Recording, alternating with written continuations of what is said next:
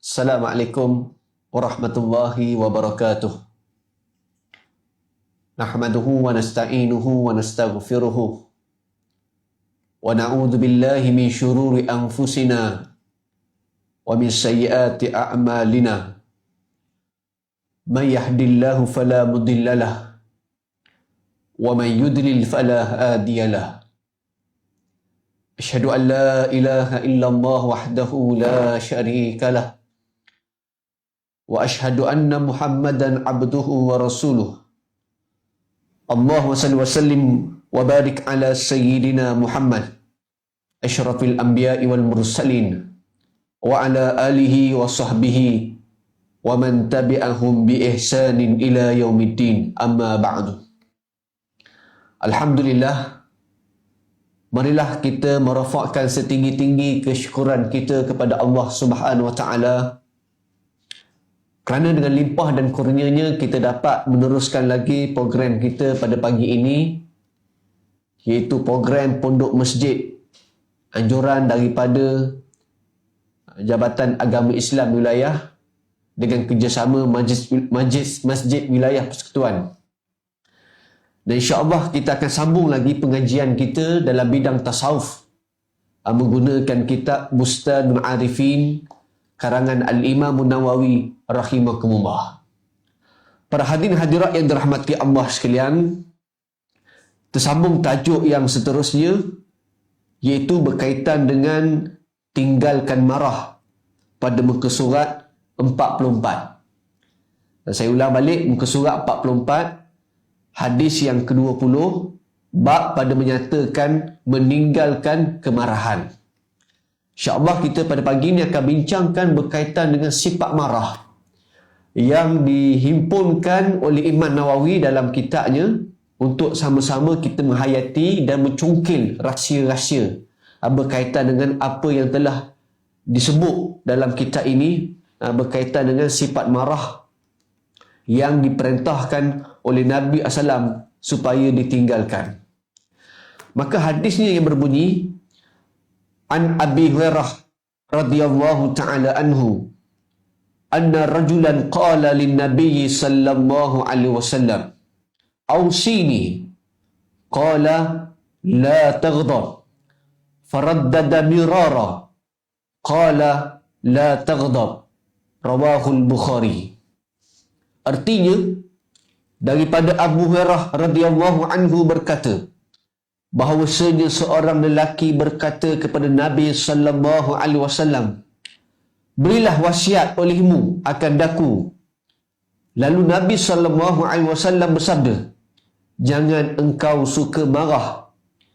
Kemudian lelaki itu mengulangi lagi pertanyaan seperti itu beberapa kali, dan Nabi sallallahu alaihi wasallam terus menjawab, jangan engkau suka marah. Hadis yang diriwayatkan oleh Al-Imam Al-Bukhari.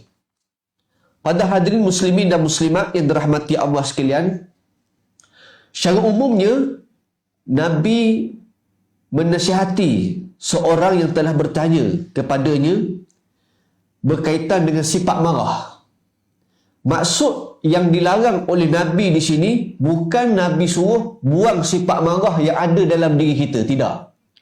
Kerana sifat marah ini adalah sifat semula jadi yang dijadikan oleh Allah pada setiap manusia. Semua ada sifat marah ini. Yang Nabi larang ialah supaya kita mengawal sifat kemarahan supaya tidak mengikut hawa nafsu. Itu yang Nabi larang.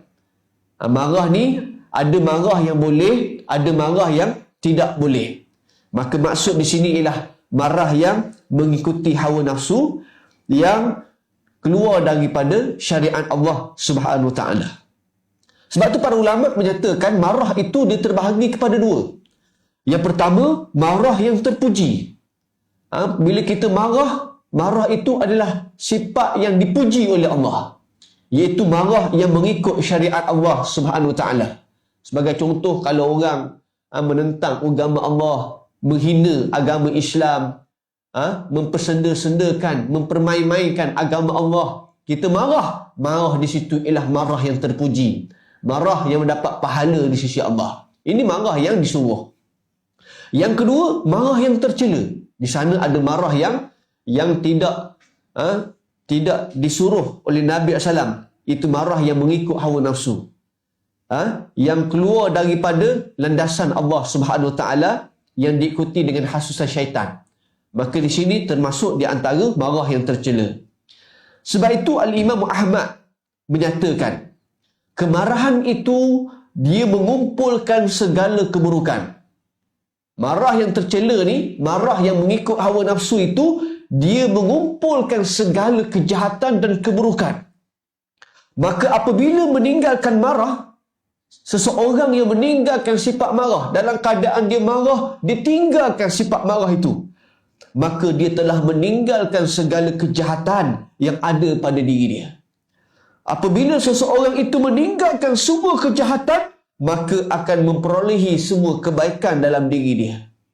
Maka siapa yang meninggalkan sifat marah, dia telah menahan kejahatan. Apabila dia menahan kejahatan, maka dia telah memperolehi sifat kebaikan pada diri dia. Sebab itu inilah yang disebut oleh Imam Ahmad rahimahullah pada menyatakan meninggalkan sifat marah. Hadirin yang dirahmati Allah sekalian. Sebab tu kesan daripada sifat marah ini, dia kepada dua perkara. Kesannya. Yang pertama, kepada diri kita sendiri. Bila kita sering marah mengikut hawa nafsu, marah yang dihasuti oleh syaitan, kesannya yang pertama terhadap diri kita. Sebahagian ulama menyatakan apabila kita marah, kesan terhadap diri kita ni, muka kita ni akan jadi merah. Tak, merah disebabkan kerana marah. Darah seakan-akan mendidih darah kita ni. Tegang orat leher kita. Orat jadi tegang bila kita marah. Terangkat anak mata kita. Bila nak marah, mata kita ni, anak mata kita ni terangkat. Maka menyebabkan terangkatlah suara kita bila kita nak marah. Suara pun jadi kuat. Walaupun orang yang duduk di hadapan kita, dekat je. Tapi bila kita marah, terangkat suara kita. Menjadi suara kita menjadi garau, kuat. Yang menyebabkan bila suara kita terangkat, maka menyebabkan kita mengeluarkan perkataan-perkataan yang buruk, mencerca dan mengutuk dan menghina seseorang akibat daripada kita sifat kemarahan. Ini di antara mudarat terhadap diri kita sendiri. Apabila kita tak mampu mengawal sifat kemarahan. Yang kedua, kesan daripada sifat marah itu juga, dia mudarat pada orang lain. Memberi mudarat. Apa dia? Iaitulah bila kita marah seseorang, sifat marah yang tercela, maka akan lahir sifat kedengkian dalam diri seseorang. Orang akan mari perasaan dengki, iri hati, benci kepada kita bila kita marah. Yang kedua, memendam perasaan jahat terhadap manusia lain. Manusia lain akan pendam sifat kejahatan disebabkan kerana apa? Kerana kita marah. Pendam kejahatan tu. Kita marah pada anak kita, kita marah pada isteri kita, kita marah kepada jiran kita. Maka orang yang kena marah ini, kata ulama, akan memendam perasaan kejahatan, benci terhadap diri kita. Yang ketiga, kesan daripada sifat marah ini memecah belahkan masyarakat. Disebabkan marah yang tidak terkawal. Marah yang mengikut hawa nafsu, pecah perpaduan masyarakat. Itu bahayanya orang yang ada sifat panah barang, sifat marah. Yang keempat, memutuskan hubungan silaturahim. Berbalah antara adik-beradik. Balah dengan mak kita, ayah kita, pak saudara kita. Putus hubungan silaturahim disebabkan kerana sifat marah. Maka akhir sekali mewujudkan sifat kebencian dan sifat permusuhan. Itu bahayanya sifat marah. Yang sebab itu Nabi SAW suruh perintah kepada kita menjaga sifat kemarahan itu. Baik. Para muslimin dan muslimat yang dirahmati Allah sekalian, kita berbalik kepada hadis ni, kita akan tengok bagaimana para ulama membahaskan tentang hadis ni. Cuba kita tengok ahammiyatuhu, tentang kepentingan hadis. Qala Ajurdani, berkatalah Ajurdani, inna hadzal hadis hadithun azim. Hadis ni adalah hadis yang sangat hebat, sangat besar, yang sangat penting. Wa huwa min jawami'ul kalam, dan ianya daripada himpunan kata-kata Nabi sallallahu alaihi wasallam. li'annahu jam'u bainal khairi ad-dunya wal akhirah. Kerana sesungguhnya ia mengumpulkan segala kebaikan di dunia dan segala kebaikan akhirat. Hadis ni kata ulama Al-Jurdani, beliau menyatakan hadis yang kita baca pada pagi ini ialah hadis yang sangat penting, sangat besar, yang memberi manfaat kepada kita kebaikan di dunia dan kebaikan akhirat. Apa dia? Hadis yang menceritakan tentang mengawal sifat marah yang ada dalam diri kita ini.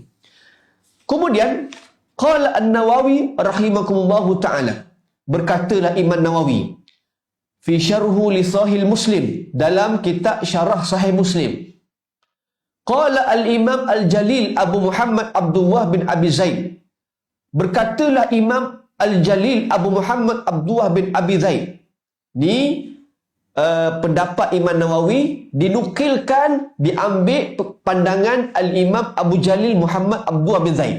Ini kita dah sebut episod yang sebelumnya, yang mana Imam Abu Muhammad Abdullah bin Zaid ini seorang ulama di kalangan mazhab Maliki.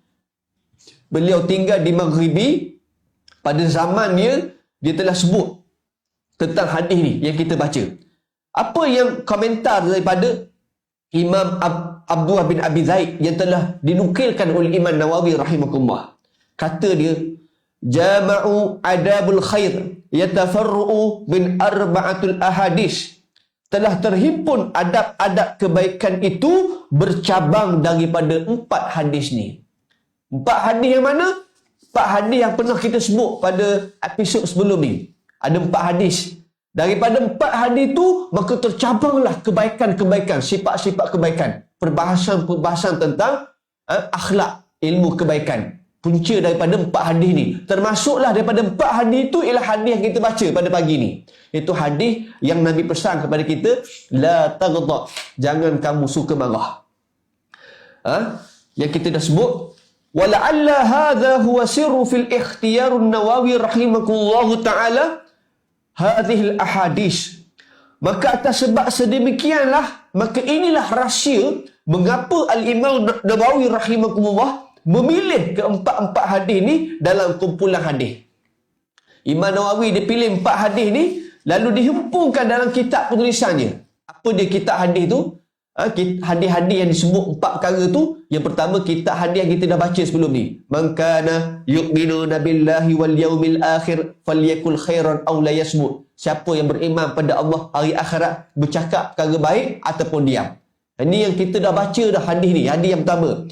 Yang kedua, min husnil islam mar'i tarkuhu ma la ya'ni, dari kepada kecantikan Islam seseorang itu meninggalkan perkara yang tidak memberi manfaat kepada dirinya. Ini hadis yang kedua.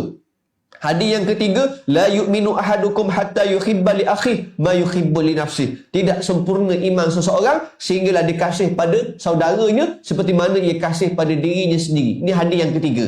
Hadis yang keempat, hadis yang kita baca ni, la taghdha, jangan kamu suka marah. 4 hadis ni kata ulama, dia adalah asas menyebabkan tercabanglah berbagai cabang ilmu kebaikan akhlak. Itu pentingnya 4 hadis yang kita baca, termasuklah hadis yang kita baca pada pagi ni. Para hadirin muslimin dan muslimat yang dirahmati Allah sekalian. Baik. Cuba kita tengok kepada hadis ni. Pada permulaan hadis, di antaranya hadis ini diriwayatkan oleh Abu Hurairah radhiyallahu anhu. An Abi Hurairah radhiyallahu anhu. Daripada Abu Hurairah radhiyallahu anhu.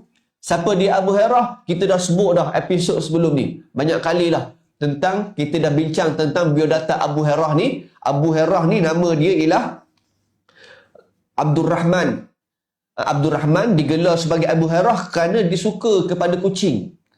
Dia bapak kucing. Orang gelar dia bapak kucing. Kenapa? Kerana dia suka kepada kucing. Kita dah sebut.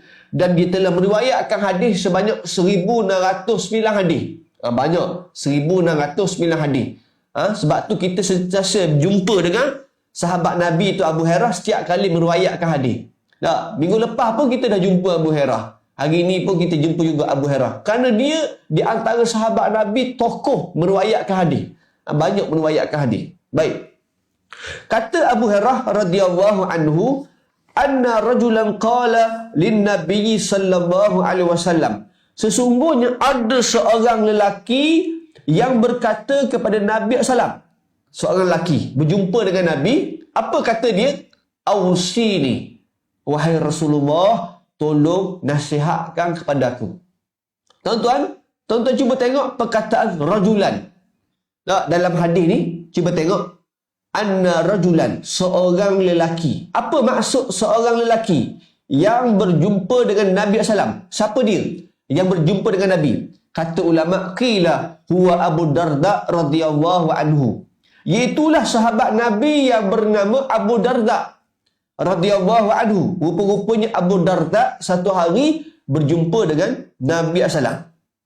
Dalam riwayat yang lain, Abu Darda pernah bertanya kepada Nabi, Ya Rasulullah, dullani ala amalin yudkhilnil jannah. Hei Rasulullah, tolong tunjukkanlah aku satu amalan yang boleh menyebabkan aku masuk syurga.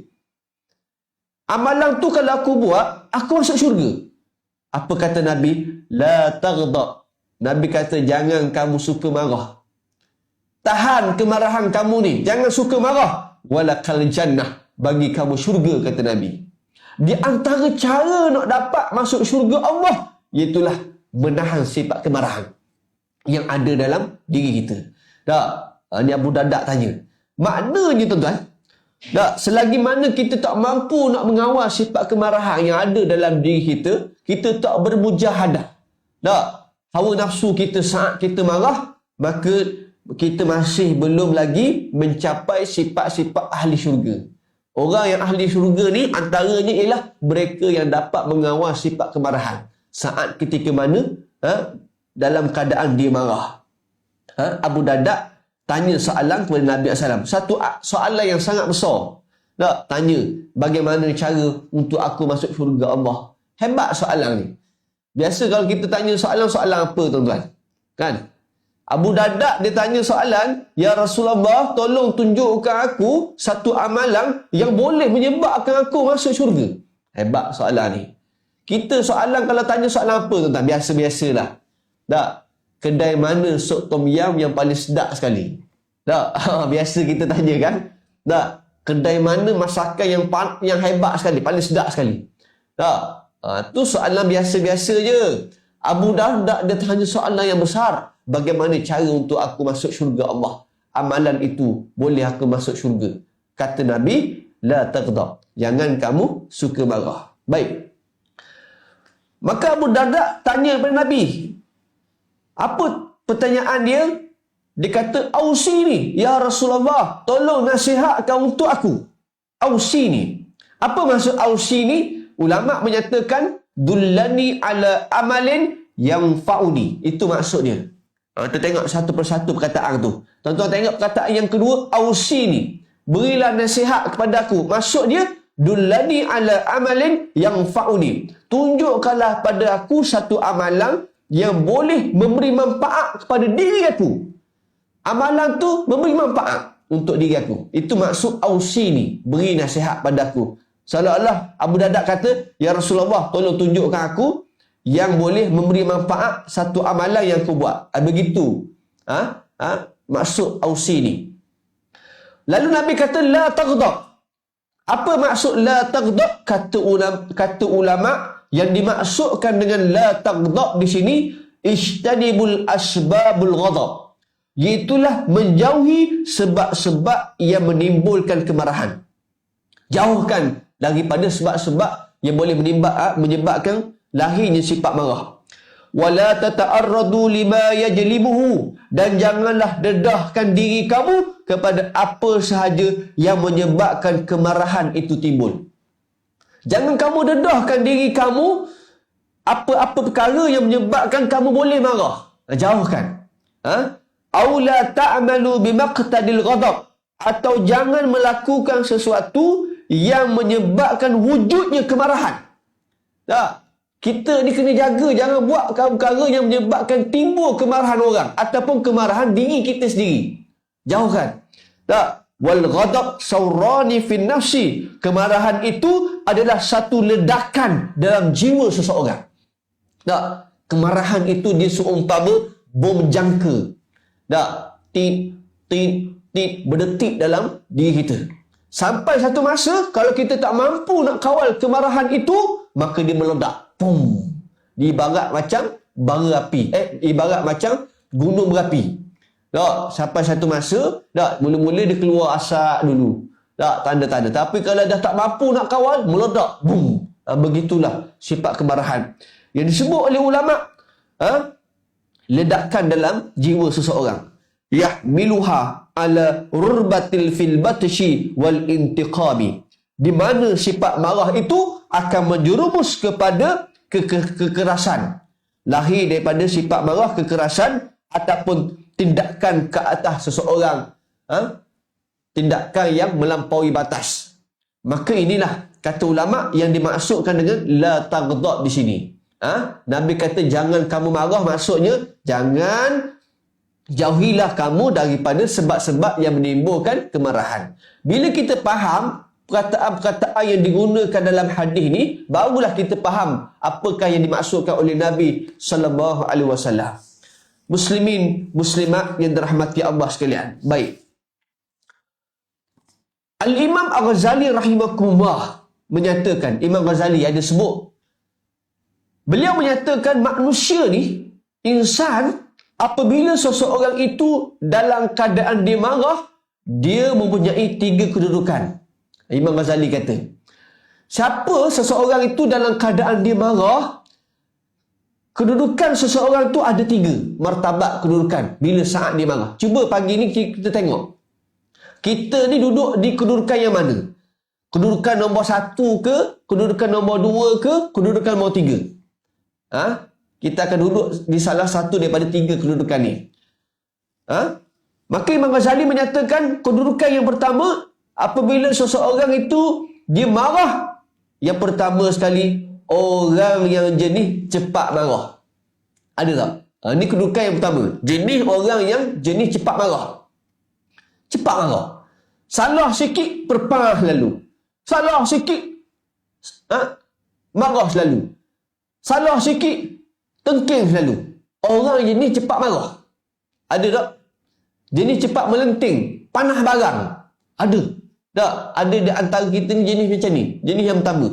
Jenis cepat marah. Dalam masa yang sama, walaupun dia ni jenis cepat marah, tetapi cepat reda. Walaupun dia ada sifat cepat marah, tapi cepat reda. Bila dah dia marah, dia tak simpan lama-lama. Sekejap je. Ni golongan yang pertama, martabat yang pertama, kata Imam Ghazali. Orang jenis cepat marah, cepat reda kemarahan dia. Tapi ada juga sifat yang tak elok dalam diri dia tu, yang perlu diperbaiki. Apa dia? Cepat marah. Tak elok sebenarnya. Cepat reda bagus. Itu kena mujahadah, bersihkan dalam diri dia. Golongan yang kedua, martabat kedudukan seseorang. Apabila saat dia marah, kata Imam Ghazali, orang yang jenis kedua ialah orang yang jenis lambat marah. Jenis lambat marah. Ada tak? Ada. Orang tu jenis lambat marah. Payah kita tengok kadang-kadang tau. Haji tu Allah payah. Senyum sama. Tak pernah tak senyum. Senyum. Tak haji marah pun. Orang kata ke dia pun dia senyum. Orang buat jahat dia pun dia senyum. Jenis lambat marah. Jenis lambat marah. Tapi kalau dang dia marah, sekali dia marah, tapi lambat reda dia. Allah, nyakit juga. Ada juga nyakit. Bagus dah tu. Jenis lambat marah. Tapi dang dia marah, lambat reda pula. Tak? Kalau dia marah, makan tahun. Tak? Berpuluh-puluh tahun pun marah lagi. Tak? Dia berendam pula. Sebab tu bahayanya orang jenis lambat reda kemarahan.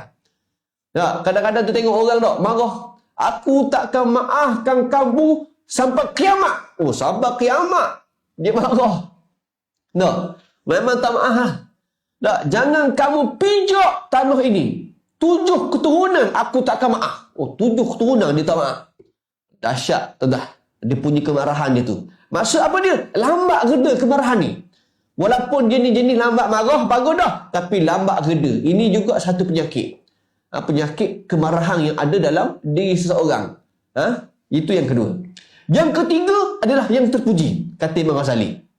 Mudah-mudahan para pendengar pada pagi ini, mudah-mudahan kita termasuk di antara yang nombor 3 ni, yang disebut oleh Imam Ghazali, iaitulah orang yang jernih lambat marah, dalam masa yang sama apabila dia marah cepat reda dia.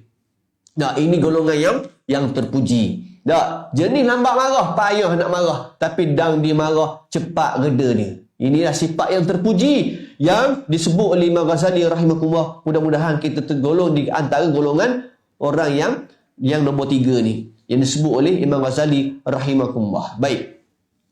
Muslimin dan muslimat yang dirahmati Allah sekalian, disebut dalam kitab karangan Mustafa Abdul Rahman. Saat ketika mana mensyarahkan hadis ni, beliau mengambil satu kisah, satu riwayat tentang seorang khadam yang berkhidmat dengan tuang dia. Khadam ni hamba lah. Hamba yang bekerja dengan tuang dia. Satu hari khadam ni, saat ketika mana ingin menghidangkan makanan, dalam keadaan dia tengah nak hidang makanan, tiba-tiba makanan tu nak dekat sampai dekat tuang dia tu, makanan tu jatuh. Tak berselerak di atas lantai. Jatuh. Maka bila makanan tu berselerak, bayangkan tuan-tuan, tuang ni marah . Tak, dah lah perut lapar. Tunggu lama pula, tiba-tiba makanan pula bila nak sapa jatuh pula. Tak, berselerak pula. Maka tuang khadam ni marah . Tuang dia ni. Bila hamba ni, khadam tengok tuang dia nak marah, lalu dia teringat, dia baca surah Al-Imran ayat 134. Cuba tuan-tuan tengok bagus juga hamba ni, dia pandai juga. Bila tuang dia marah, dia petik ayat Quran, dia baca. Baca surah Al-Imran ayat 134 yang menceritakan tentang sifat orang beriman. Apa dia sifat orang beriman? Dia baca. Di antara disebut wal kaziminal ghaiz. Wal kaziminal ghaiz, dan orang-orang yang menahan kemarahannya saat ketika mana dia marah. Dia baca ayat ni. Hamba ni dibaca ayat ni, bila baca ayat ni, tuang dia bila dengar ayat ni, dah, oleh kerana membaca ayat ni, aku tahan kemarahan aku. Dah, asal nak marah, tak jadi nak marah. Disebabkan kenapa? Hamba ni dibaca ayat ni. Wal kadhiminal ghaiz. Orang-orang yang menahan kemarahan saat ketika mana dia marah. Lepas dia baca ayat ni, dia sambung pula ayat yang seterusnya. Sambung lagi. Wal afina anin nas. Dan orang-orang yang memaafkan kesilapan manusia.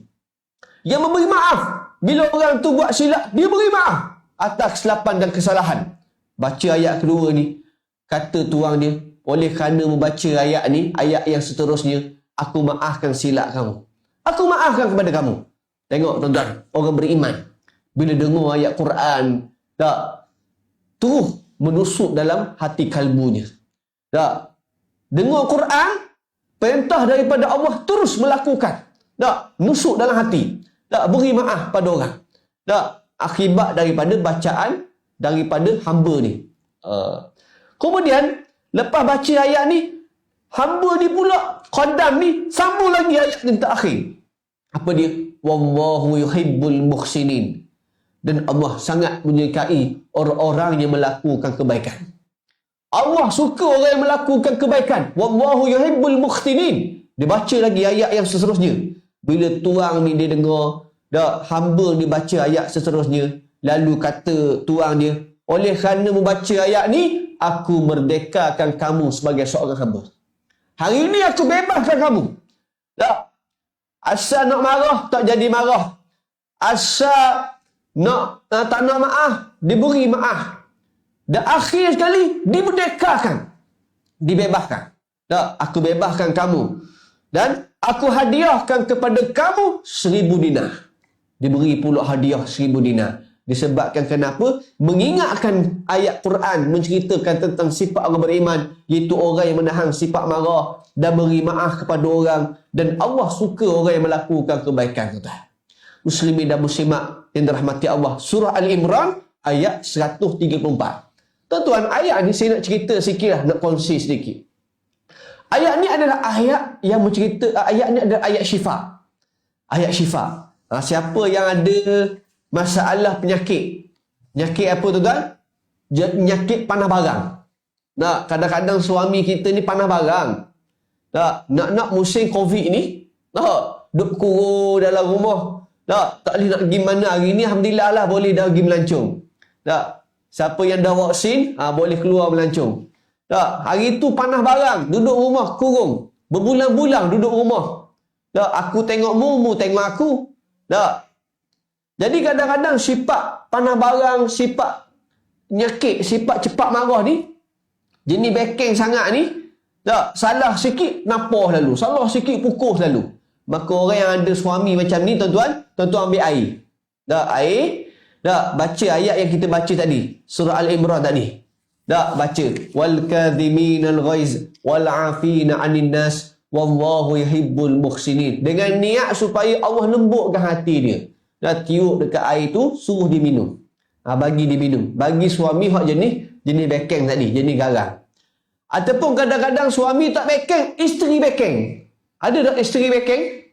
Isteri jenis garang. Ada juga. Nak isteri guru besar sekolah. Oh, lagi bekeng. Dia rotang suami dia. Dia rotang. Suami kena rotang. Terbalik pula tuan-tuan. Jenis bekeng. Hak mana-mana isteri jenis bekeng, jenis cepat marah ni tuan-tuan. Tuan-tuan ambil air, baca ayat ni. Wal kadhiminal ghaiz wal afina 'anil nas wallahu yuhibbul muhsinin. Tiup dalam air, beri dia minum. Jangan baca depan dia. Kalau baca depan dia tak minum. Abang baca apa pula tu, watah air. Tak mau minum lah. Dia tak mau minum. Baca senyap-senyap. Baca niat supaya Allah lembutkan hati dia. Ayat Quran. Ayat Quran, ayat syifa yang boleh merubah hati. Kalau dia tak nak minum, tuan-tuan boleh buat cara yang kedua. Cara kedua apa dia? Saat ketika mana dia tengah tidur.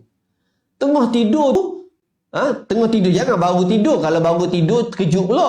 Tengah tidur. Tengah tidur, tuan-tuan baca. Wal kadhiminal ghaiz wal afina 'anil nas wallahu yuhibbul muhsinin. Tiup dekat ubun-ubun dia. Tiup, tuan-tuan. Jangan ludah.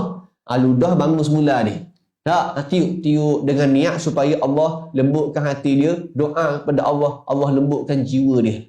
Hadirin dirahmati Allah sekalian. Termasuk juga bagi orang yang ada anak-anak jenis nakal. Anak jenis nakal, tak nak dengar kata, pemarah, jenis suka buat ke orang, naya pada orang, khianat pada orang. Anak-anak jenis nakal sikit ni, tuan-tuan baca ayat ni.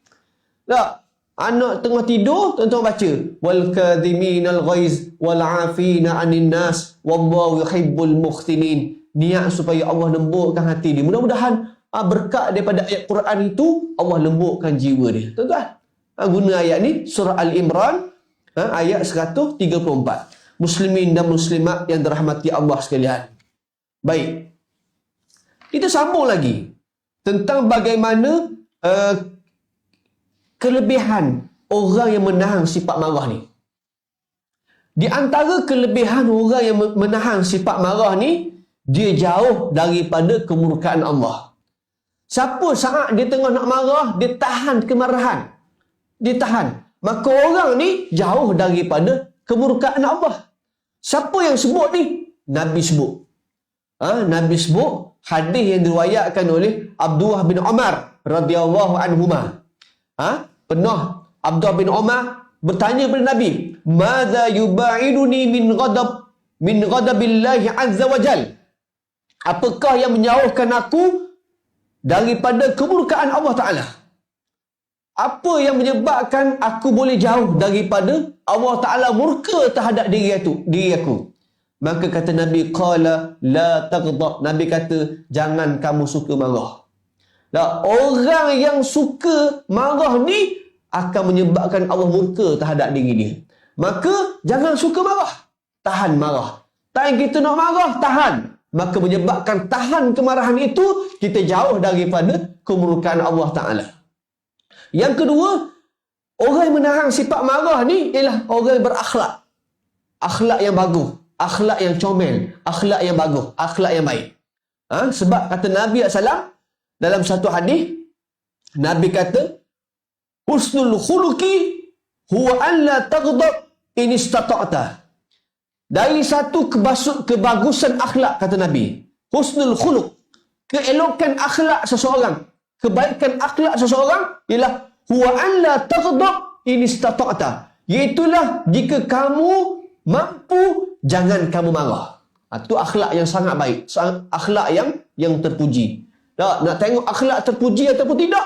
Tengok saat ketika marah. Tak, dia mampu tahan ataupun tidak. Kalau dia mampu tahan, tengok nak marah, dia tahan. Dia ada akhlak yang terpuji. Akhlak yang baik. Tak, contohlah kita tengah bawa drive kereta.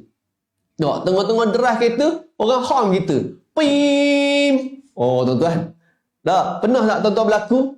Situasi begini, tuan-tuan. Tengah bawa kereta, orang horn belakang. Pim! Kita okey lagi lah, tahan. Tak, pula ping kedua. Ping! Ni panjang sikit ping dia. Oh, tuan-tuan. Bergelegak lah ni. Tak. Ping pula kali ketiga. Ping! Oh, lagi marah kita tak? Marah. Tak, kita pun tak berhenti kereta. Kita pun horn balik. Horn ni balik. Ping, ping, ping, ping. Marah pula tak? Rupa-rupanya orang horn belakang kita ni bonet terbuka. Nak bagi tahu. Tak, kita marah. Maksudnya apa dia, tuan-tuan? Nak tahu akhlak kita bagus ataupun tidak, tengok masa kita marah. Saat kita marah tu, kalau kita mampu tahan kemarahan, maka akhlak kita adalah husnul khuluq. Akhlak yang baik, akhlak yang bagus. Baik. Kemudian, seterusnya, Nabi sebut dalam satu hadis yang diriwayatkan oleh Imam Bukhari dan Imam Muslim, menceritakan orang yang sebenar-benar kuat. Tuan-tuan nak tahu siapa dia sebenarnya orang yang kuat. Kadang-kadang kita salah ingat orang yang kuat ni ialah orang yang badang sasa. Tak?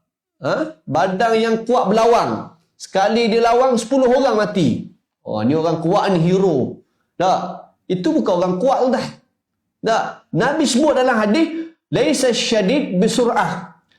Bukanlah orang yang kuat itu ialah orang yang kuat berlawang. Tak? Orang yang kuat, kalau tengok kadang-kadang setengah orang tu body dia katang. Tahu body katang? Body katang ni maksud dia body sadu-sadu. Tak, tangan dia ketul-ketul, badan ketul-ketul. Oh, kuat orang ni. Sekali dia makan 10 pinggang makan nasi. Tak, oh hebat dia ni. Ni bukan orang kuat, dia kuat makan rupanya. Tak. Nabi kata, laisa syadid bisur'ah. Orang yang kuat tu bukan orang yang kuat berlawang. Tak. Kata Nabi, innama syadid, sesungguhnya orang yang sebenar-benar orang yang kuat itu alladhi yamliku nafsahu indal ghadab. Itulah saat ketika mana dia marah, dia menahan kemarahan dia. Itulah orang yang kuat sebenarnya. Tak. Tuan-tuan nak tengok tuan-tuan ni kuat ataupun tidak, walaupun pergi gym tiap-tiap hari, tak. Nampak badan katang, hebat, akak berah 5 kilo pun boleh, tak ada masalah, 10 kilo pun beres. Tak, pakai setangang saja. Tak. Itu belum tentu tuan-tuan kuat. Orang yang sebenar kuat, kata Nabi, ialah orang yang saat dia tengah marah, dia mampu menahan kemarahan dia. Itulah orang yang kuat sebenarnya. Ini disebut oleh Nabi SAW berkaitan dengan menahan sifat marah. Bahkan ada satu contoh yang dilakukan oleh Nabi SAW saat ketika mana Nabi diuji dengan seorang yang bernama Zaid bin Sana'ah. Ada satu kisah berriwayat tentang Zaid bin Sana'ah. Nak cerita tentang bagaimana Nabi ni seorang yang penyabar. Sabarnya Nabi. Akhlak Nabi, akhlak yang terpuji. Bagaimana kisah Zaid bin Sana'ah? Satu hari Zaid bin Sana'ah dia pergi berjumpa dengan Nabi. Saat ketika itu dia belum Islam lagi, belum masuk Islam. Zaid bin Sana'ah. Dia tak masuk Islam lagi saat ketika itu berjumpa dengan Nabi dan dia meminta hutang dengan Nabi. Minta hutang. Minta Nabi bayar hutang dia. Walaupun dalam keadaan hutang dia itu belum cukup tempoh pembayarannya. Dalam hutang tu tak cukup tempoh. Zaid bin Sana'ah berjumpa dengan Nabi, minta hutang dengan Nabi dalam keadaan cara kasar. Tidak beradab dengan Nabi. Dalam keadaan kekerasan. Tak beradab. Maka saat ketika itu Sayyidina Umar ada. Sayyidina Umar ni kita tahulah seorang sahabat Nabi yang tegas, yang garang. Sehinggalah bila dia tengok perangai Zaid bin Sana'ah ni, dah lah minta hutang dengan Nabi, tak cukup tempoh lagi. Tak sampai tempoh lagi dah minta hutang. minta pula dalam keadaan tak beradab dengan Nabi. Tak beradab dalam keadaan kekerasan, minta dengan Nabi. Tak macam kita lah, kalau ada orang mari nak minta hutang. Ji, bila nak bayar hutang? Cilaka Haji. Tak, kita marah. Tak. Bila nak bayar hutang? Tak beradab. Rasa-rasa kita marah tak? Tak, mesti marahnya. Begitu juga pernah berlaku pada Nabi Zaid bin Sana'ah minta hutang dengan Nabi dalam keadaan tidak beradab, dalam keadaan kasar dengan Nabi. Maka Sayyidina Umar pun bila tengok Zaid bin Sana'ah ni, perangai Zaid bin Sana'ah ni, sehinggalah Sayyidina Umar menghedik Zaid bin Sana'ah ni. Menghedik, marah. Tak, marah kepada Zaid bin Sana'ah. Tiba-tiba Nabi SAW, cuba tengok tuan-tuan, akhlak Nabi. Seorang guru yang memberi pelajaran adab kepada para sahabat-sahabat Nabi yang lain. Bila dia tengok perangai Sayyidina Umar ni menghedik Zaid bin Sana'ah, terus Nabi bangun.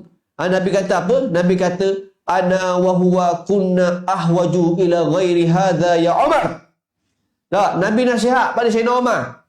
Nabi kata, aku dan dia ni lebih berhajat selain daripada ini, wahai Umar. Tak, aku dengan Zaid bin Sana'ah ni tak berhajat lebih selain daripada ni. Bukan cara begini. Kamu menghedik dia. Tak, kamu kata ke dia, ta'muruni bil husnil qada, sepatutnya wahai Umar, kamu perintahkan aku supaya beri keputusan yang baik terhadap dia. Tak, buat keputusan yang baik, perintah pada aku. Supaya aku ni membayar hutang dia dengan cara yang baik. Wa ta'muruhu bil husnil taqadi, dan perintahkanlah Zaid bin Sana'ah itu untuk memohon satu keputusan yang baik.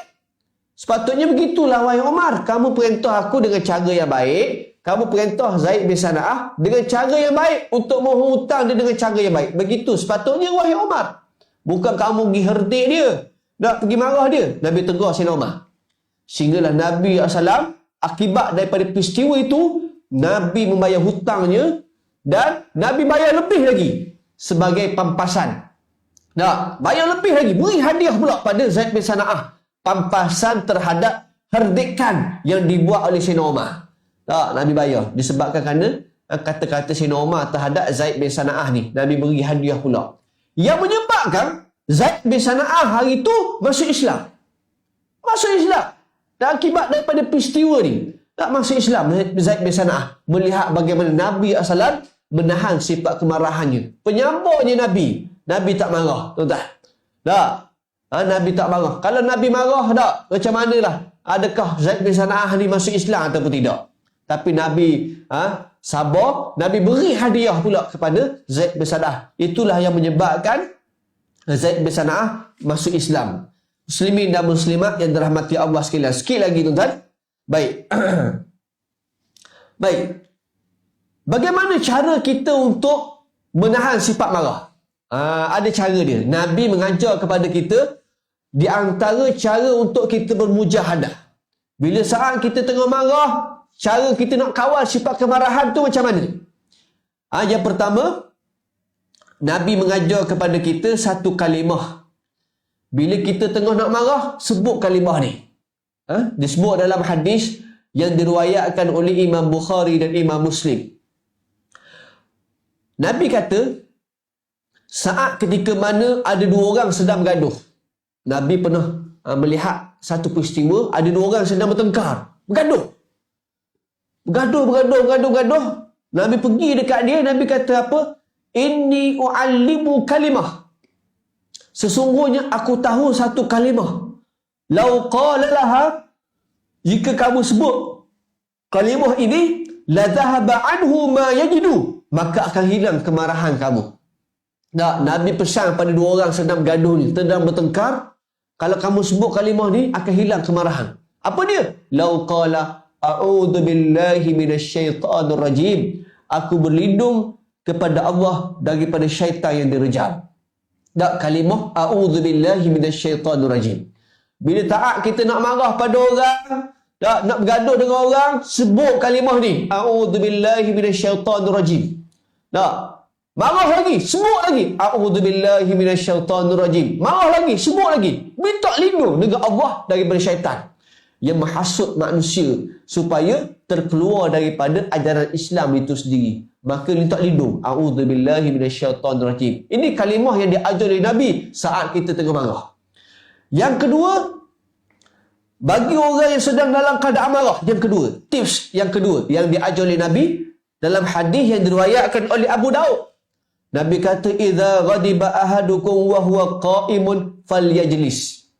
Apabila seseorang itu dalam keadaan marah, dalam keadaan dia berdiri. Tak? Kita tengok orang tu sedang tengah marah, tengah berdiri. Tak? Falyajlis, kata Nabi, hendaklah dia duduk. Duduk. Duduk ni boleh meredakan sifat marah. Tuan-tuan tengok orang sedang bergaduh, tuan-tuan pergi dekat dia, tuan-tuan jangan gosok saja. Tak? Gosok, sabar je.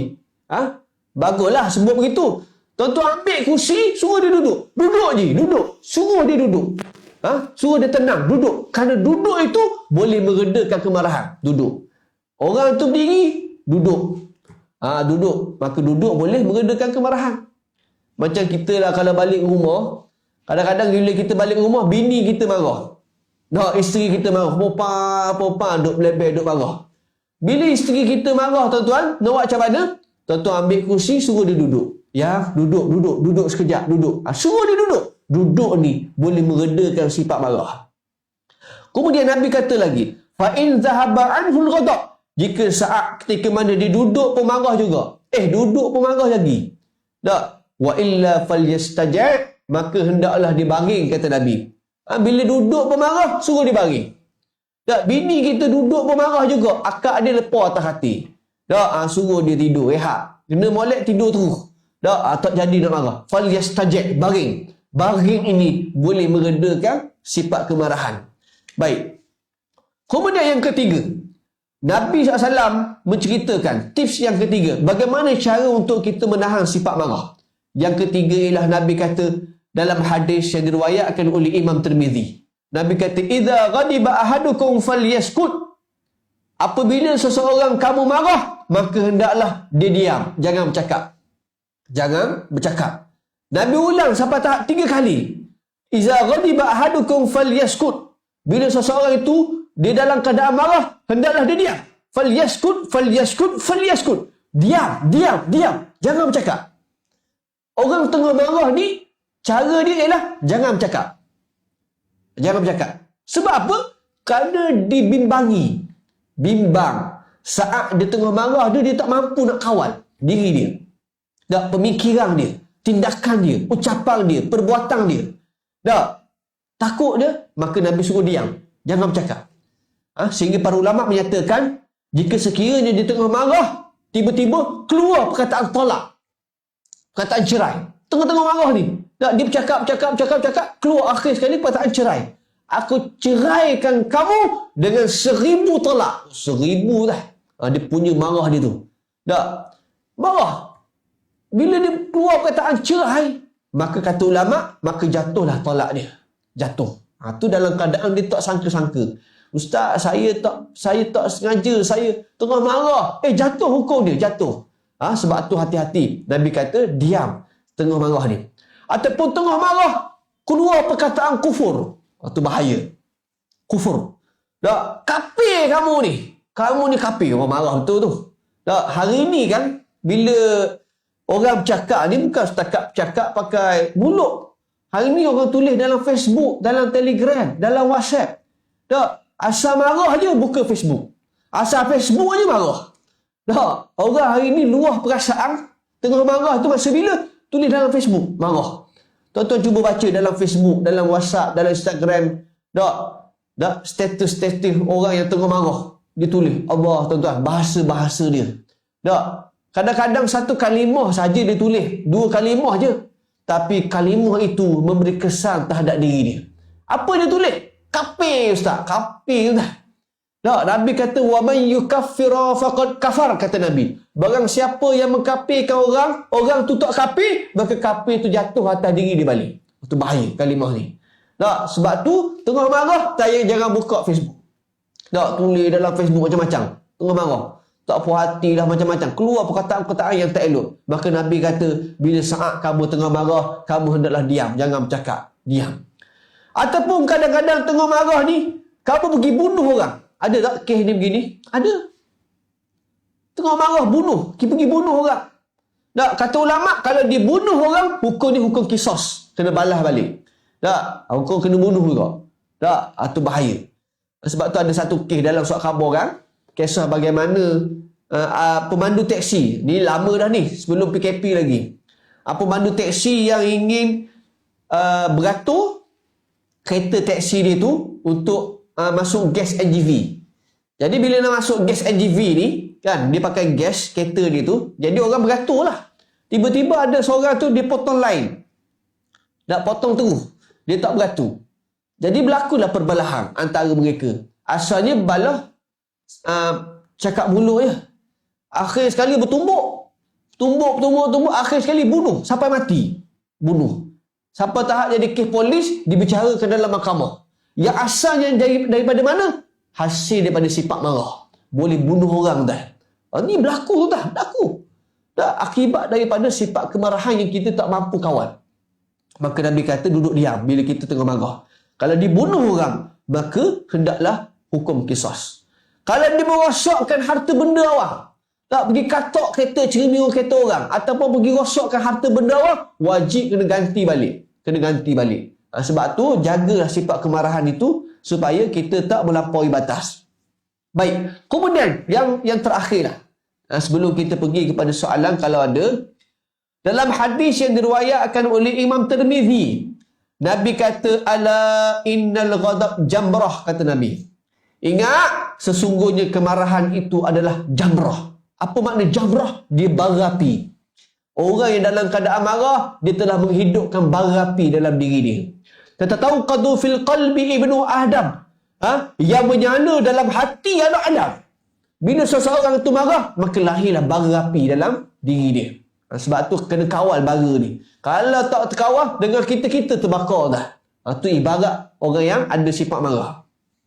Dan maka orang yang marah, dikata Nabi dalam hadis riwayat Imam Ahmad, innal ghadab minasyaitan. Sesungguhnya kemarahan itu adalah daripada syaitan. Wa inna syaitan khulika minan nar. Sesungguhnya syaitan itu diciptakan daripada api. Fa idza ghadiba ahadukum, apabila seseorang kamu dalam keadaan marah, falyatawadda, maka hendaklah dia berwudu. Maka cara untuk kawal sifat marah ni antaranya ialah berwudu. Ambil air sembahyang. Tengah-tengah marah, tak, kita dah baca a'udzubillahi minasyaitonirrajim, kita duduk, kita baring, tak, macam-macam lagi yang kita buat. Antaranya kita ambil air wudu, air sembahyang. Tak, ambil air sembahyang. Tak, marah lagi, ambil air sembahyang. Mudah-mudahan kemarahan yang ada dalam diri kita ni boleh memendurkan ataupun merengangkan kita daripada melampaui batas-batas yang disyariatkan oleh Allah Subhanahu Wa Taala. Tuan-tuan yang dirahmati Allah sekalian, saya rasa cukup sekadar untuk pada pagi ni kita buka soalan dulu kalau adalah sebelum kita buat kesimpulan apa yang kita bahas pada pagi ni, insya-Allah. Ada soalan? Dengan masa yang ada ni, insya-Allah.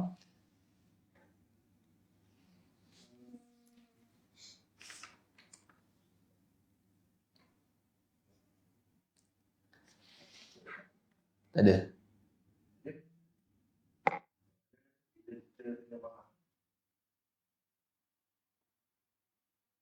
Okey. Soalan daripada Puan Syarifah Muhammad Ali. Soalan, bila kita kena marah, kita diam sahaja. Adakah itu lebih baik daripada kita berbalah walaupun kita sakit hati dan sedih? Oh, baik. Bagus soalan daripada Puan Syarifah ni. Bila kita kena marah, tu orang marah, ni kena marah pula. Baik. Tuan-tuan, bila kita kena marah daripada orang, tak, kita sabar dengan kemarahan dia. Di sana kita diam, kita tak balas kemarahan itu, herdikan tu. Ataupun kita nasihat cara baik-baik, dia pun marah lagi. Di sana orang yang macam ni, dia ada kelebihan dia. Nabi SAW menyebut dalam hadis yang diriwayatkan oleh Imam Tirmizi. Nabi kata, man qadhama ghaizan, barang siapa yang menahan sifat marah, wa huwa yastati'u ayyunaffidahu, sedangkan dia mampu untuk melepaskan dia. Tak, orang marah ke kita, tak, macam-macam dia marah. Kemudian kita pula ada perasaan marah, kita boleh mampu untuk melepaskan kepada dia balik. Boleh, tapi kita tak buat macam tu. Tak, macam kata tuan puang tadilah, dia diam, dia tak balas balik. Dia sabar. Walaupun dia mari sakit hati macam-macam, dia tak balas balik. Nabi sebut dalam hadis, da'allahu yaumal qiyamah. Di hari kiamat, Allah Ta'ala akan panggil dia pada hari kiamat. Ala ru'usil khalaik. Di khalayak ramai. Di hari kiamat, orang ramai ni, tak, tengah-tengah. Di hari kiamat, Allah Ta'ala panggil dia. Tak, panggil dia. Hatta yukhairuhu fi ayhur sya'ah. Maksudnya apa dia? Allah Ta'ala memuliakan dia. Dalam ramai-ramai orang, dia di antara tetamu VIP, VVIP. Tak, dimuliakan oleh Allah. Dipanggil oleh Allah. Kalau orang lelaki tu, kalau dia tahan marah, kata Nabi, hatta yukhairuhu fi ayhur sya'ah. Diberi kepada dia itu bidadari-bidadari yang